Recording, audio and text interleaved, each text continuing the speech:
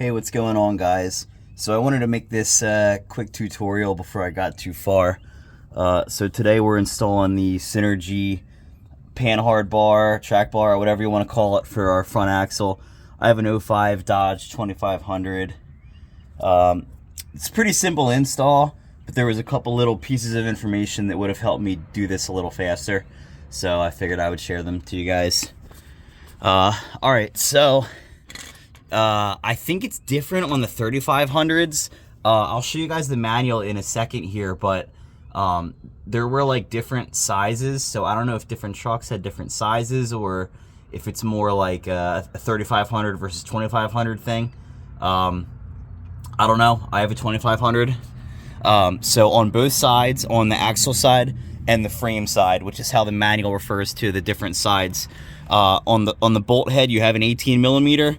So I got an impact socket here, and then on the back on this side, well, let's backtrack a little bit. The front on both sides is actually an 18, and then the rear on both sides is a 21. Yeah.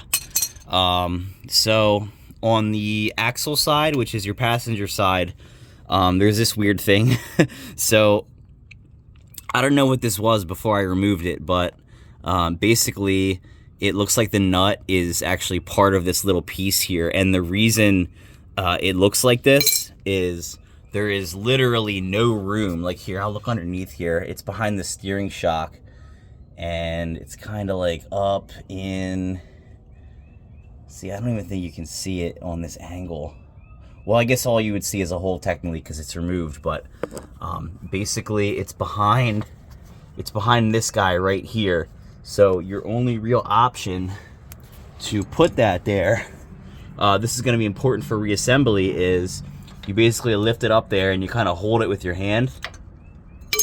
And then you kind of just bolt it in. There isn't even really a need to put the wrench on this piece. So that's great. This is the 21 millimeter, that nut on the back side. On the frame side and the axle side, it's both a 21. So I actually needed to use my breaker bar right here to get it. I stood on it, made it nice and easy.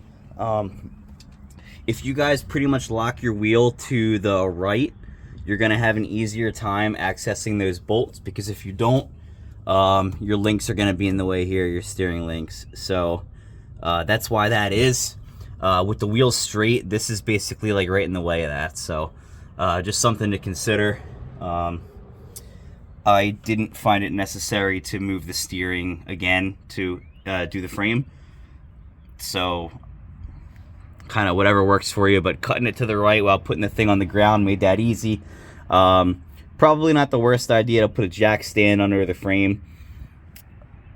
But yeah, that's kind of how I did it. So we're going to put the new one in here in a second.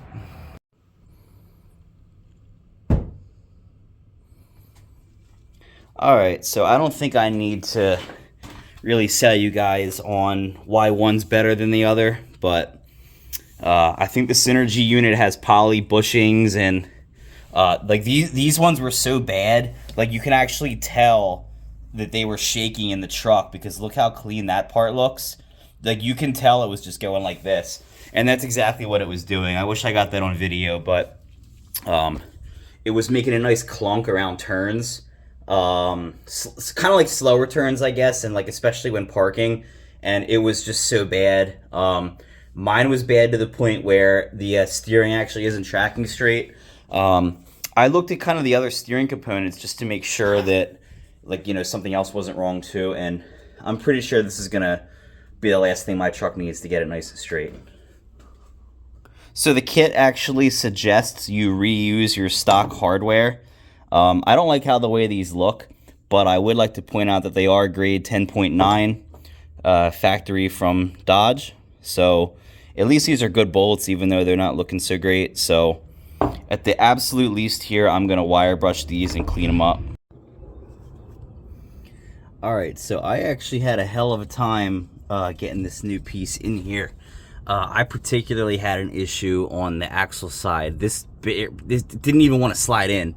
like at all. I greased up both sides. I wire brushed the the old stuff out before I tried it, and it still just didn't really want to go.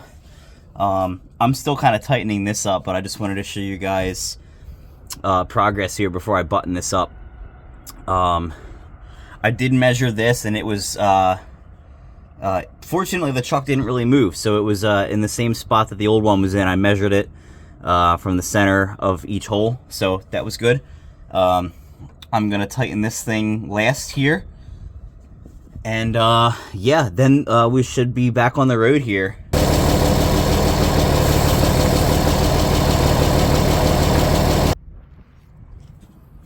Alright guys, so I just took mine for a nice little ride around the block, and it was nice to finally get rid of that clunking sound. So I checked everything else before I did this, obviously, but I guess there's always that what if. But yeah, clunk's gone.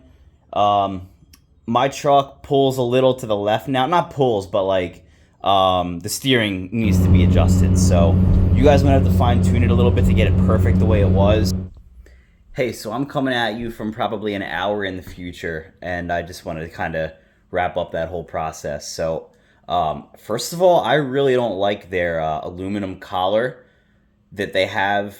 Basically, the idea is like you can turn it without taking either end out. That way you can lengthen or shorten it. Sounds great on paper. It doesn't really work. And I guess their logic was that you wouldn't really be messing with it all that much. So fair enough if you think of it that way. But I completely unloaded all the tension off of mine, and I still couldn't really get it to turn all that much. I think overall I got it to turn probably, I don't know, 2 turns before it just completely locked up. And that collar is made of aluminum, so it basically, I marred it trying to turn it. Basically, the idea is you stick an Allen key in there. It's in their instruction manual, and then you turn it, but I couldn't turn it. So it bent it, and I tried like hitting it with like a screwdriver, and I understand that that was not the best idea, but it still wouldn't even turn. And it comes pre-lubricated, so you don't have to worry about it. There's a little bit of anti-seize on there. Wasn't good enough. Whatever. Anyway, the piece itself overall seems pretty durable. I guess in the wrong off-road application, or I guess the right off-road application, that aluminum piece could shear off, and then the whole thing is rendered useless. But I don't know. I guess only time will tell.